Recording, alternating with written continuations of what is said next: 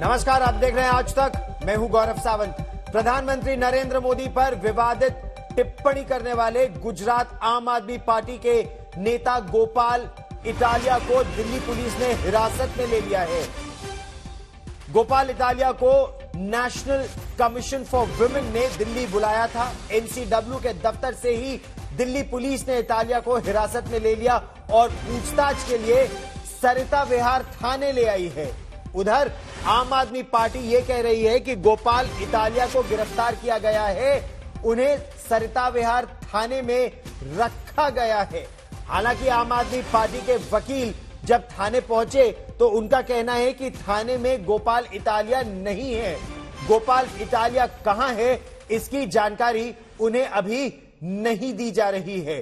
तो इस समय आम आदमी पार्टी का यह कहना है कि क्योंकि गोपाल इटालिया पाटीदार समुदाय से आते हैं, पाटीदार कम्युनिटी से आते हैं, इसीलिए पाटीदार समुदाय इस समय बेहद नाराज है। बहुत सी प्रतिक्रियाएं इस समय आ रही हैं हमारे पास। रेखा शर्मा का क्या कहना है, मनीष सिसोदिया और सौरभ भारद्वाज का क्या कहना है, आम आदमी पार्टी के नेताओं का, हम आपको वो भी सुनवाते हैं। पहले ये कह रहे थे कि वो जो ट्वीट में जो वीडियो है वो मैं नहीं हूं, तो ये दोनों चीजें ही आपस में, जो भी इनका स्टेटमेंट है और जो रिटन स्टेटमेंट है, दोनों मैच नहीं करते। अभी तक इन्होंने प्रॉपर जवाब नहीं दिया। मैंने पुलिस को भी बोला है कि इनके अगेंस्ट एक्शन लिया जाए, क्योंकि ये एक लॉ एंड ऑर्डर को खराब करने की सिचुएशन क्रिएट कर रहे थे। इनके सपोर्टर्स ने जबरदस्ती अंदर आने की कोशिश की और मुझे लगता है, इनफैक्ट मेरी 2 बजे एक मीटिंग थी बहुत जरूरी, जो अब डिले हो गई है सेंट्रल दिल्ली में, और क्योंकि मैं बाहर नहीं निकल सकती थी, मुझे अपनी लाइफ पे भी थ्रेटनिंग लग रहा था। यहाँ 100-150 लोग अगर पहुंच के मुझे थ्रेटन करेंगे तो ये किस प्रकार के नेता हैं, ये कैसी इनकी वर्किंग है, ये मुझे लगता है इनकी लीडरशिप को भी सोचना चाहिए और इनके कार्यकर्ताओं को भी सोचना चाहिए कि एक राष्ट्र महिला आयोग का ये ऑफिस था जहां ये आराम से आकर सिर्फ जवाब देना था। इनको क्यों जरूरत थी ये झूठ बोलने की और इतने सारे वकीलों को भी लाने की। जो लोग गोपाल इटालिया को डिटेन कर रहे हैं, उनके पास सिर्फ इतनी राजनीति है, उनको स्कूल ठीक करने नहीं आते, उनको बच्चों को पढ़ाना नहीं आता। 27 साल हो गए उनको सरकारें चलाते हुए, उनसे एक स्कूल शानदार नहीं बना। गोपाल इटालिया को इसीलिए अरेस्ट कर रहे हैं क्योंकि उनकी गोपाल इटालिया ऐसी पार्टी से आता है जिसको स्कूल बनाने आते हैं, बाकी कुछ नहीं है, बाकी ड्रामा है।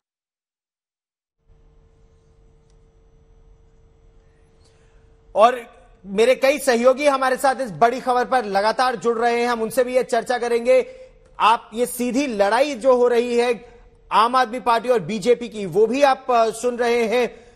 गोपाल इटालिया को दिल्ली में हिरासत में लिया गया है। बीजेपी ने मिशन गुजरात में जो ताकत झोंकी, हम उसके बारे में भी आपसे विस्तार से बात करेंगे। लेकिन रेखा शर्मा का यहां यह कहना है कि लॉ एंड ऑर्डर सिचुएशन यहां पैदा हो सकती थी। जो लिखित बयान है और जो मौखिक बयान है उसमें फर्क आ रहा है, यह उनका आरोप है। दूसरी तरफ मनीष सिसोदिया कह रहे हैं क्योंकि आम आदमी पार्टी की कैंपेनिंग सफल हो रही है, इसीलिए यहां इतनी नाराजगी है। भारतीय जनता पार्टी स्कूल नहीं बना पा रही, भारतीय जनता पार्टी शासन नहीं चला पाई 27 साल में, इसीलिए अमित भारद्वाज मेरे सहयोगी हमारे साथ जुड़ रहे हैं। अमित, रेखा शर्मा का कहना है लॉ एंड ऑर्डर सिचुएशन यहां पर पैदा हो गई थी, यह भी कहना है कि लिखित बयान और मौखिक बयान में फर्क था। डिटेल्स दीजिए इसकी। गौरव, देखिए, आज गोपाल इटालिया जो आम आदमी पार्टी के गुजरात चीफ है, उनको एनसीडब्ल्यू ने दिल्ली बुलाया था। 12:30 बजे का समय था, लेकिन वो अकेले पहुंचने के बजाय हमने ये देखा कि वकीलों के साथ पहुंचे थे और ऑफिस के ठीक बाहर बड़ी संख्या में आम आदमी पार्टी के कार्यकर्ता थे। और यही आधार एनसीडब्ल्यू की चीफ रेखा शर्मा ने अपने कंप्लेंट के लिए बनाया है। पुलिस को बुलाया गया। आपने अभी सुनवाया कि क्या क्या रेखा शर्मा के दावे हैं कि किस तरह से एनसीडब्ल्यू के ऑफिस को ब्लॉक किया गया। लेकिन गौरव, जो बड़ी बात इस वक्त निकल के आ रही है कि आम आदमी पार्टी ने इस पूरे मौके को भुनाने की कोशिश की है। वो साफ तौर पे इसको उस नैरेटिव में तब्दील कर रहे हैं जहां पे ऐसा प्रतीत हो कि गुजरात का चुनाव असल में आम आदमी पार्टी और बीजेपी के बीच में हो रहा है। और यही वजह है कि उनके स्टेट चीफ को जिनको वो कह रहे हैं कि ये सबसे युवा और पॉपुलर पाटीदार नेता हैं इस वक्त गुजरात के, उनके ऊपर अटैक किया जा रहा है, दिल्ली में उनको अरेस्ट किया जा रहा है। और यहां तक आम आदमी पार्टी के जो सीनियर लीडर हैं संजय सिंह यहां तक कह गए कि असल में एनसीडब्ल्यू ने जो आरोप लगाए हैं उन आरोपों को खारिज किया उन्होंने और कहा कि एनसीडब्ल्यू का एक्शन नहीं है गौरव ये, बल्कि बीजेपी का एक्शन है। यानी कि एनसीडब्ल्यू इक्वल्स टू बीजेपी वाला फॉर्मूला वो बताने की कोशिश कर रहे थे और उनका फिर से यही कहना था क्योंकि ग्राफ आम आदमी पार्टी का गुजरात में जबरदस्त बढ़ा है, इसी बात से डर के, हार के डर से। खबर पर आप नजर बनाए रखिए। ताजा जानकारी के लिए अमित मैं आपके पास फिर लौटूंगा। गोपाल इटालिया को दिल्ली में हिरासत में लिया गया। उधर बीजेपी ने मिशन गुजरात में अपनी पूरी ताकत झोंक दी है। केंद्रीय गृह मंत्री अमित शाह ने आज अहमदाबाद के झज्जर में सोमनाथ तक की गौरव यात्रा को हरी झंडी दिखाकर रवाना किया। कुल मिलाकर वो आज 2 और जगहों से गौरव यात्रा को हरी झंडी दिखाएंगे। इस गौरव यात्रा के जरिए बीजेपी आदिवासी बहुल इलाकों में अपनी पहुंच को बढ़ाने का प्रयास कर रही है। झारखंड में गौरव यात्रा की शुरुआत से पहले गृह मंत्री अमित शाह विपक्षी पार्टियों पर जमकर बरसे।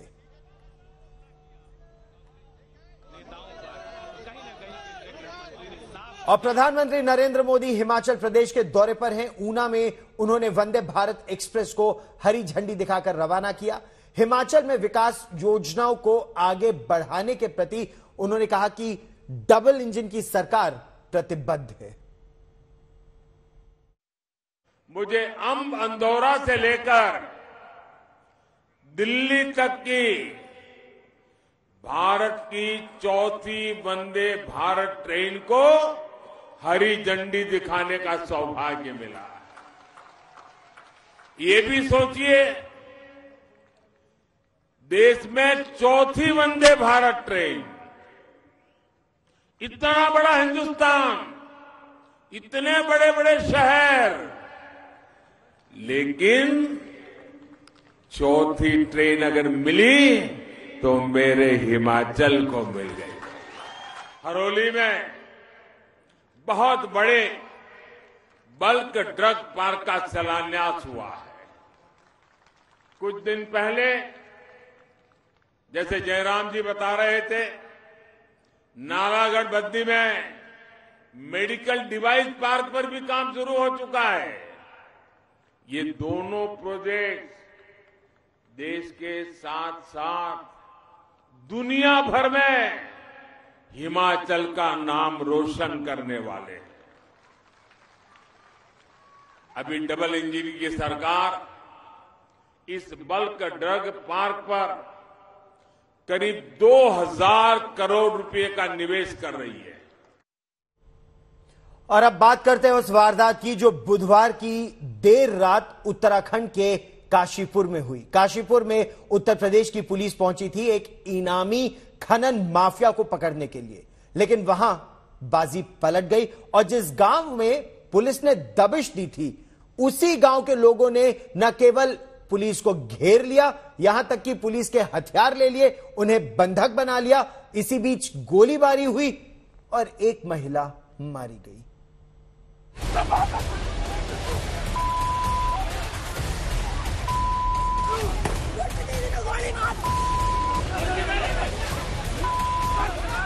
सीसीटीवी की इन तस्वीरों पर अगर नजर दौड़ाएं तो मुरादाबाद पुलिस की एक तस्वीर नजर आती है।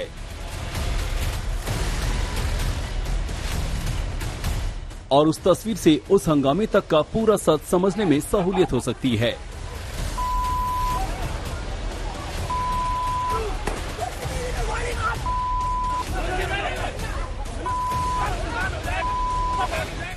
ये हंगामा उत्तराखंड के काशीपुर में हो रहा है और घिरी हुई है उत्तर प्रदेश की पुलिस।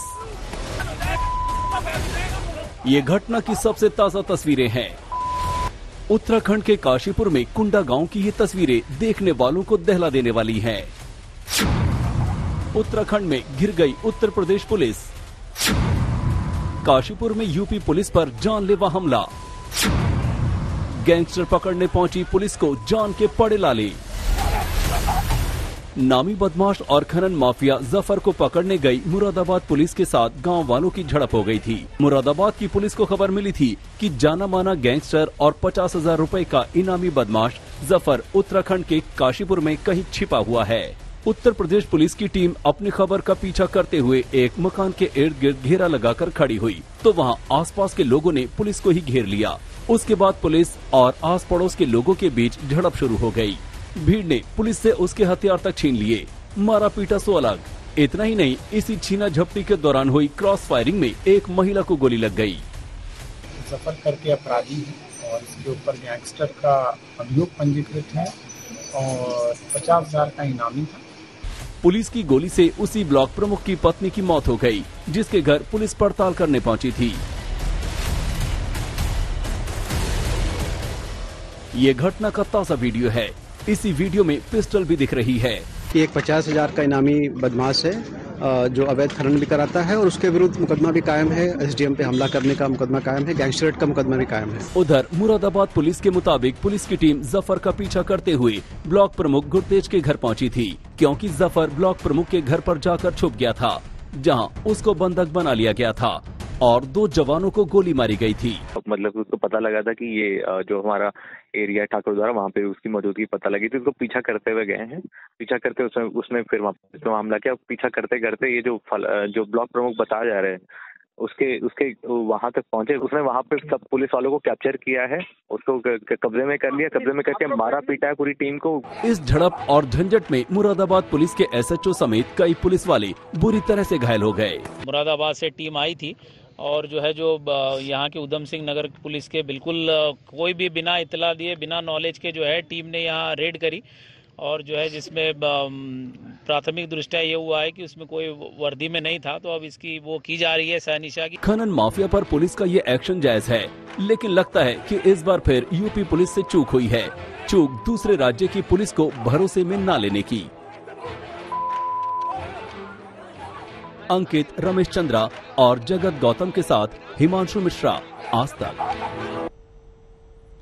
तो उत्तर प्रदेश की पुलिस ने जिस तरह से उत्तराखंड के इलाके में जाकर कार्रवाई की और जो हालत वहां पैदा हुई, उसको देखकर कई तरह के सवाल खड़े हो गए हैं। जाहिर है इन सवालों के जवाब उत्तर प्रदेश पुलिस को देने होंगे, लेकिन इस सवाल का जवाब खुद पुलिस के पास नहीं है कि आखिर दबिश देने के चक्कर में वो गांव वालों से घिर कैसे गई। उत्तर प्रदेश पुलिस की मौजूदगी में आखिर गोली किसने चलाई, पुलिस को बंधक कैसे बना लिया गया, पुलिस को डिसआर्म कैसे कर लिया गया और क्यों?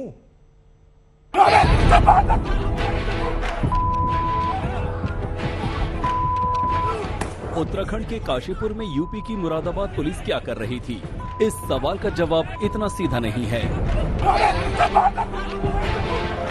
ये लड़ाई झगड़ा और बवाल यूं तो शुरू हुआ बुधवार की रात को, लेकिन असल में इस किस्से की शुरुआत हुई थी 13 सितंबर, जब खनन इंस्पेक्टर और एसडीएम के साथ बदसलूकी की गई थी। इस वाकये की बात जब उत्तर प्रदेश के मुख्यमंत्री योगी आदित्यनाथ तक पहुंची, तो वो बहुत नाराज हुए और उसके बाद मुरादाबाद पुलिस ने खनन माफिया जफर के साथ साथ कई लोगों के खिलाफ मुकदमा दर्ज किया और जफर तभी से फरार चल रहा था। उत्तर प्रदेश की पुलिस, मुरादाबाद की पुलिस, इस गाड़ी में जफर नाम के, पुलिस का ये कहना है कि जफर नाम का एक 50,000 का इनामी बदमाश था, जिनकी तलाश में पुलिस की टीम कई दिनों से लगी हुई थी। जानकारी मिलने के बाद पुलिस की टीम इस गाड़ी से और भी गाड़ियों के साथ वो पहुंचते हैं काशीपुर में, जो यहाँ के ज्येष्ठ ब्लॉक प्रमुख हैं गुरताज सिंह भुल्लर, उनके घर। ये घर के बाहर गाड़ियां पार्क करते हैं और बताया जा रहा है कि सभी जो भी पुलिसकर्मी यहां पर पहुंचे हुए थे, उनमें से कोई भी वर्दी में नहीं था, सभी लोग सादी वर्दी में थे। जाहिर है यूपी पुलिस का एक्शन कई सवाल खड़े कर देता है। क्या यूपी पुलिस ने उत्तराखंड पुलिस को बताया था कि वो उनके इलाके में इनामी बदमाश को पकड़ने आ रही है? क्या खनन माफिया जफर को पकड़ने के लिए यूपी पुलिस ने उत्तराखंड पुलिस से मदद मांगी थी? क्या मुखबिरी के डर से यूपी पुलिस ने उत्तराखंड पुलिस को बताए बगैर एक्शन लिया? ऐसे कई सवाल अब खड़े हो रहे हैं। हमारे पुलिसकर्मियों का कहना है कि इस दौरान बेतरतीब फायरिंग की गई। फायरिंग के अंदर हमारे 3 पुलिसकर्मियों को गनशॉट इंजरी है, 3 पुलिसकर्मियों को अन्य इंजरी है। पुलिस को इत्तला मिली कि 50,000 का इनामी बदमाश जफर काशीपुर में छिपा है। पूरी प्लानिंग के बाद यूपी पुलिस ऑपरेशन करने पहुंच गई। तो फिर ऐसा क्या हुआ कि बवाल हो गया? लोगों ने विरोध कर दिया और विरोध इस कदर बढ़ गया कि गोली चली और एक महिला को लग गई। बाद में महिला की मौत हो गई। तो सवाल यही है कि गोली किसने चलाई?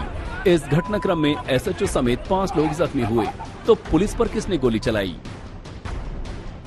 इन सवालों के जवाब फिलहाल तो किसी के पास नहीं है। तभी तो पुलिस पूरे मामले की जांच करने की बात कर रही है।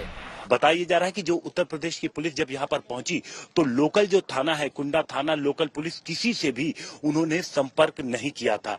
पूरे मामले की जांच की जा रही है। परिवार का ये कहना है कि सीबीआई इंक्वायरी की जाए ताकि ये पता लग सके कि जो लोग यहाँ पर आए थे वो किस मकसद से आए थे और क्यों उन्होंने घर के अंदर घुसकर गोली चलाई। खनन माफिया को बचाने के लिए पुलिस पर हमला करना ये बात भी गले से नहीं उतरती।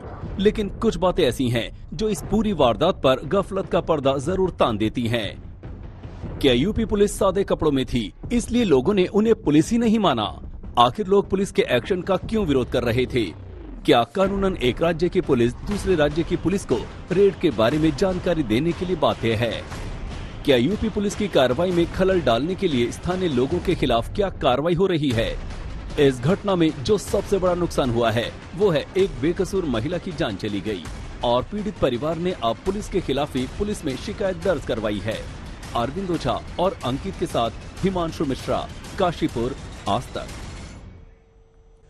स्कूलों और कॉलेजों में हिजाब पर बैन अभी जारी रहेगा। सुप्रीम कोर्ट के 2 जजों का आज एक बटा हुआ फैसला आया है और इस वजह से कर्नाटक का जो हाईकोर्ट का हिजाब बैन का फैसला है वो बरकरार रहेगा। अब यह मामला एक बड़ी बेंच पे चला गया है। बड़ी बेंच पे कितने जज होंगे, कौन कौन जज होंगे, यह सुनवाई कब होगी, इन तमाम सवालों पर फिलहाल चीफ जस्टिस निर्णय करेंगे।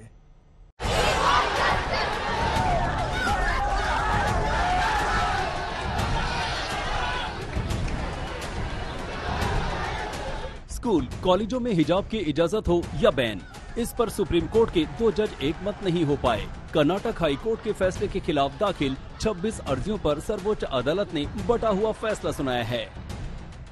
जस्टिस हेमंत गुप्ता ने कर्नाटक हाई कोर्ट के फैसले को सही ठहराया है, यानी उनकी राय में शिक्षण संस्थानों में हिजाब पर बैन जारी रहना चाहिए। लेकिन जस्टिस सुधांशु धूलिया ने कर्नाटक हाई कोर्ट के फैसले को गलत ठहराया, यानी उनकी राय में हिजाब को बैन करना गलत है। फैसला है जो वर्डिक्ट, जो फ्रैक्चर्ड वर्डिक्ट है, इसका मतलब यह है कि इसका प्रभाव हाई कोर्ट के जजमेंट पर कुछ भी पड़ने वाला नहीं है। अब जो नई बेंच गठित होगी, नए बेंच का जो फैसला आएगा उसी से हाई कोर्ट का जजमेंट प्रभावित होगा। अपने फैसले में जस्टिस हेमंत गुप्ता ने 11 सवाल उठाए। इनमें अहम है धार्मिक परंपरा, छात्र छात्राओं के अधिकार, सरकार के अधिकार। सारे पहलुओं पर गौर करने के बाद उन्होंने शिक्षण संस्थान में हिजाब बैन करने के कर्नाटक हाई कोर्ट के फैसले को सही माना।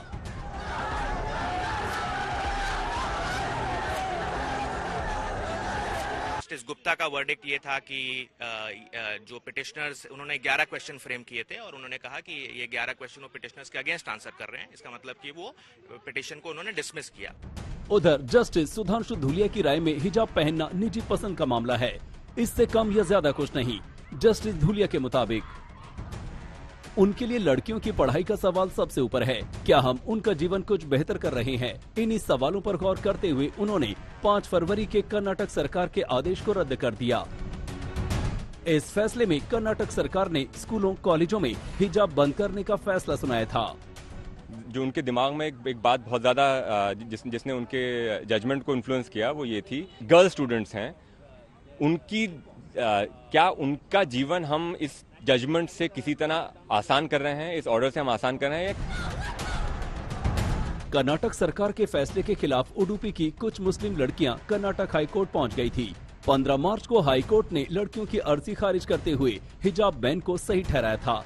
हाई कोर्ट के इस फैसले के खिलाफ सुप्रीम कोर्ट में 26 अर्जियां डाली गई, लेकिन यहाँ फाइनल फैसला नहीं हो पाया। बड़ी बेंच में अगली सुनवाई कब और कौन करेंगे, इसका फैसला अब चीफ जस्टिस को करना है। लेकिन आज के बटे फैसले से साफ है कि हिजाब पर बैन अभी जारी रहेगा। अनीसा माथुर के साथ संजय शर्मा, दिल्ली, आज तक। उत्तर प्रदेश में योगी आदित्यनाथ सरकार ने मदरसों का जो सर्वे कराया था उसके रुझान अब आगे आने लगे हैं। रिपोर्ट में बताया गया है कि उत्तर प्रदेश में बड़ी संख्या में अवैध रूप से चल रहे मदरसे हैं और इन्हीं अवैध मदरसों को अब नोटिस भेजा जा रहा है। इसको लेकर सियासत और तेज हो गई है।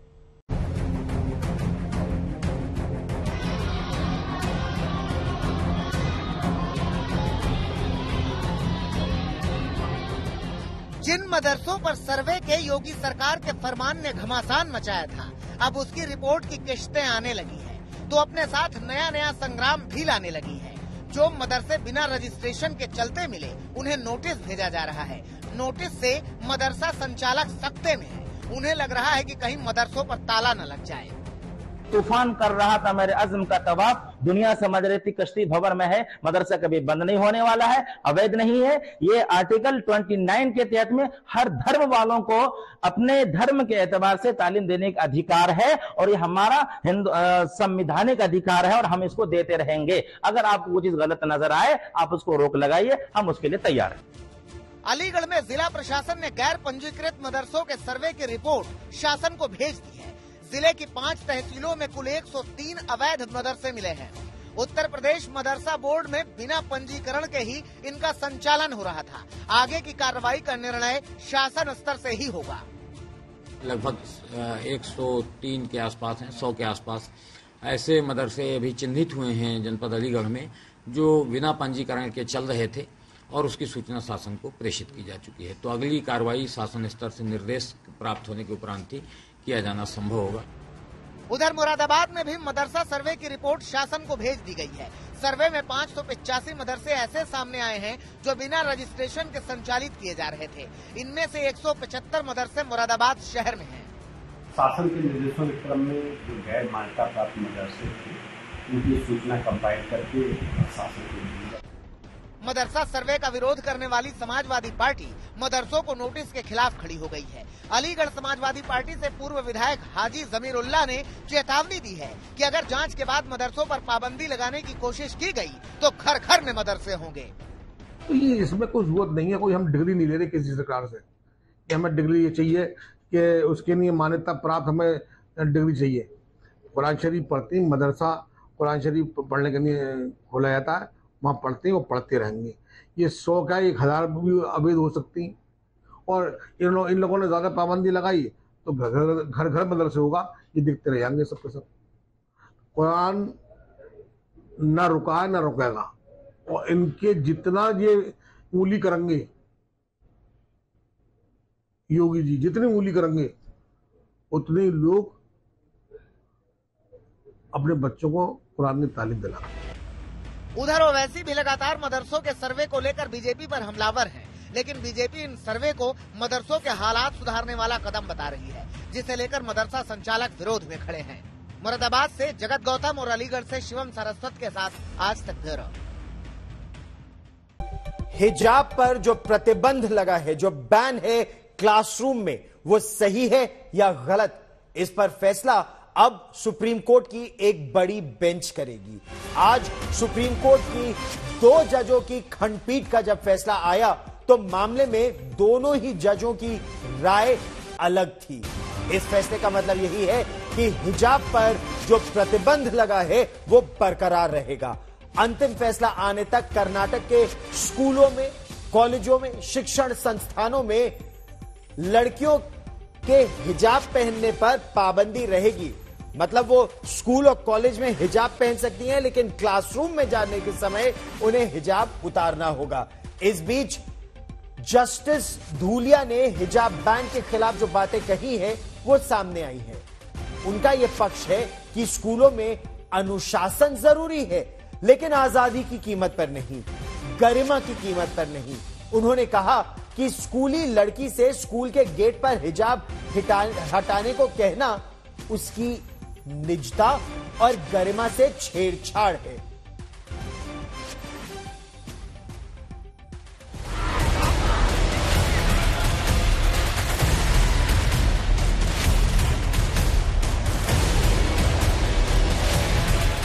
हिजाब पर सुप्रीम कोर्ट का बटा हुआ फैसला।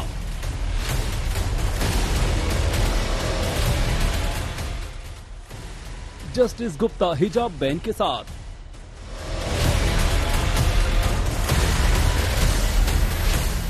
अब 3 जजों की बेंच करेगी हिजाब का अंतिम हिसाब।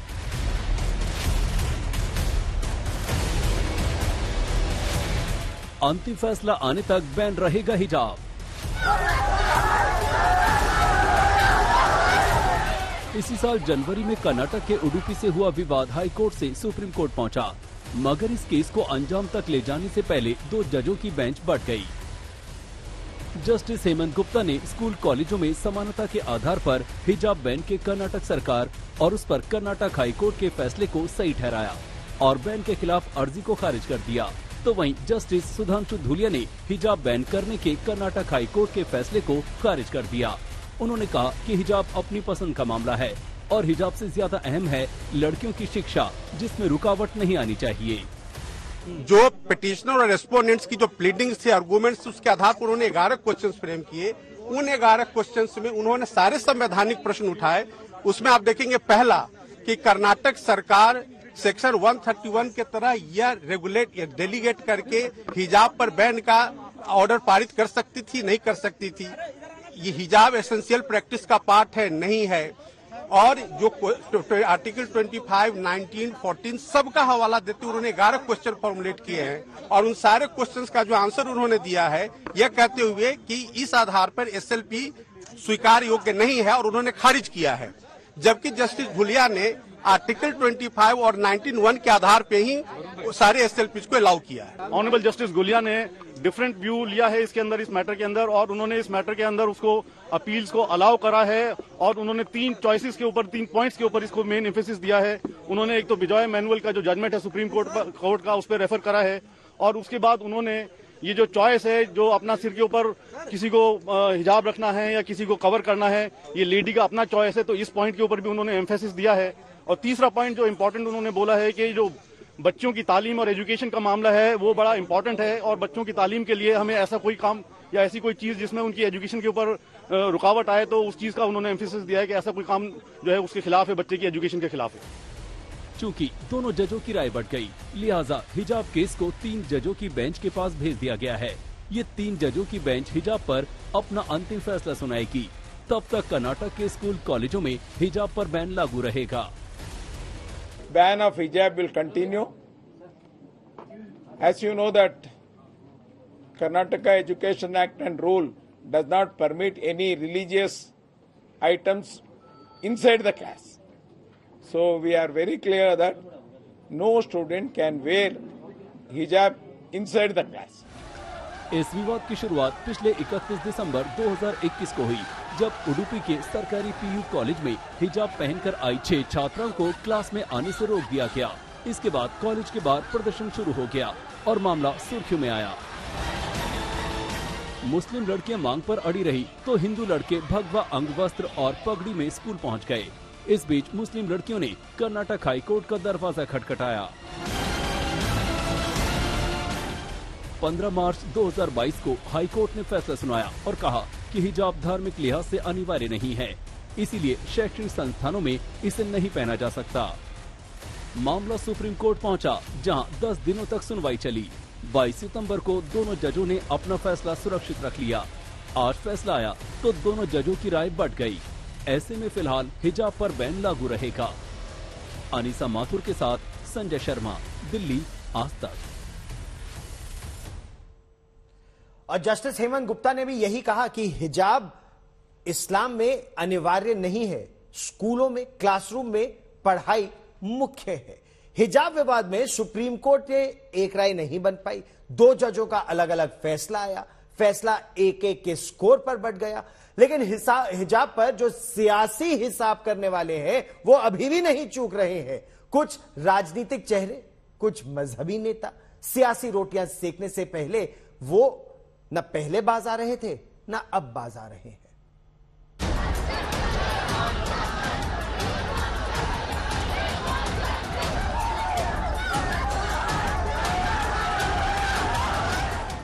जिस विवाद पर सुप्रीम कोर्ट की 2 सदस्यीय बेंच सहमति पर नहीं पहुंच सकी, जिस विवाद पर सबसे बड़ी अदालत के माननीय न्यायाधीशों के लिए भी एक राय बनाना मुश्किल हो गया, उसी विवाद पर धर्म की राजनीति करने वालों की राय साफ, सीधी और सपाट है। समाजवादी पार्टी के सांसद शफीकुर रहमान का हिजाब को लेकर राय अनूठी और अद्भुत है और इस राय पर वो आज भी कायम है। शफीकुर रहमान बर्ग फरमाते हैं कि हिजाब की वजह से लड़कियां बेपर्दा हुई तो आवारगी बढ़ने का खतरा है। ये ईमानदारी से एक मजहबी मामला है, इस्लाम का मामला है। इस्लाम के अंदर मतलब ये कि जवान बेटियां और जो है वो है औरतों के लिए हिजाब का हुक्म दिया गया है कि वो बापर्दा रहें और बेपर्दा होकर बाज़ारों में गलियों में न घूमें। इससे चूँकि हालात बिगड़ते हैं, आवारगी बढ़ती है इससे। और आज अगर इसमें कोई पाबंदी लगाई जाती है कि हिजाब की ज़रूरत नहीं है, वो ये कहते हैं, तो इससे समाज को भी न सिर्फ इस्लाम को बल्कि समाज को नुकसान होगा। अब बर्ग साहब को कौन समझाए कि अपराध पर्देदारी से नहीं घटा करते, अपराध हिजाब या नकाब का मोहताज नहीं। अगर ऐसा होता तो पश्चिमी देशों में अपराध का आंकड़ा आसमान छू रहा होता। बर्ग की बेपर्दा वाली बातें बेबुनियाद हैं। तो सैद्धांतिक और व्यवहारिक तौर पर भारत के उदार लोकतंत्र में जो संविधान के द्वारा चलता है, उसमें स्कूल और कॉलेजों में गणवेश की समानता सिर्फ गणवेश तक सीमित नहीं है। यह लोगों में समानता का भाव, समरसता का भाव और संविधान के प्रति निष्ठा का भाव रखते हुए इसी समन्वय पैदा करता है। इसलिए स्कूल और कॉलेजों में हिजाब या इस तरह की किसी पोशाक की अनुमति देना इस देश में पहचान की राजनीति बढ़ाना है। इसलिए मुझे लगता है कि सर्वोच्च न्यायालय को संविधान और भारत की समकालीन परिस्थिति को देखते हुए निर्णय लेना चाहिए। वैसे सुप्रीम कोर्ट से आई खबर से धर्म गुरुओं में भी खलबली है। धार्मिक मामलों में इंटरफेयर नहीं करना चाहिए। इस तरह की जो अपीलें हैं उनको सिरे से खारिज करना चाहिए, क्योंकि कोर्ट की अगर पेंडेंसी हम देखें तो वो बहुत ज्यादा है। कोर्ट को कहना चाहिए सरकार को साफ तौर से कि ऐसे लोग जो इस तरह की अपील डालते हैं उनको कोई ना कोई पनिशमेंट होना चाहिए, क्योंकि हमारे पास ऑलरेडी बर्डन बहुत ज्यादा है, बहुत ज्यादा काम है। 3.5 करोड़ मामले पेंडिंग हैं, तो हम उनको देखें या इनको देखें? कि हिंदू सनातन धर्मी भी जागे और अपने धर्म पे कायम रहे, बिना पूजा पाठ किए बच्चों को विद्यालय न भेजे, स्वयं भी बिना पूजा पाठ किए बाहर न जाए, और हर विद्यालयों में मंदिर की स्थापना हो, वहाँ पे बच्चों को सुबह शाम आरती की व्यवस्था करने की हो और तमाम वो सनातन धर्म की जो मान्यताओं को पालन करने की व्यवस्था हो विद्यालय में। लेकिन फिलहाल तो ये मामला लंबा खींचने की तरफ बढ़ रहा है। अभी तो तारीख पे तारीख चलेगी, सुनवाई की सीरीज चलेगी। आगे आगे देखिए होता है क्या। आज तक ब्यूरो। अच्छा, हम आपको 2 तस्वीरें दिखाएंगे। हमारे देश में कुछ ऐसी लड़कियां हैं जो हिजाब पहनने का अधिकार मांग रही हैं। ईरान आपको लिए चलते हैं। हिजाब के खिलाफ बड़े पैमाने पर 1 या 2 नहीं, शहर दर शहर प्रदर्शन हो रहे हैं और इन प्रदर्शनों में अब तक 150 से ज्यादा लोग मारे जा चुके हैं, जिनमें ज्यादातर कहा यह जा रहा है युवतियां ही हैं। ये वो महिलाएं हैं जो सरकार के उस नियम का विरोध कर रही हैं जिसके तहत सार्वजनिक स्थलों पर हिजाब पहनना अनिवार्य है।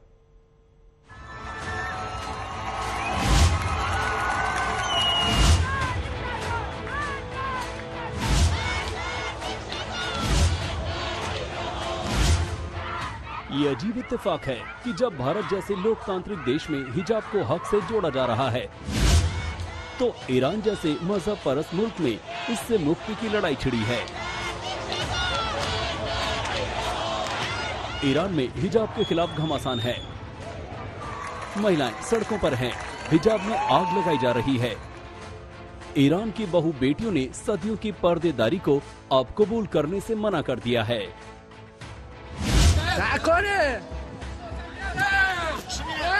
ईरान को हिजाब पर हल्ला बोल करने की ये हिम्मत मिली महसा अमीनी की शहादत से।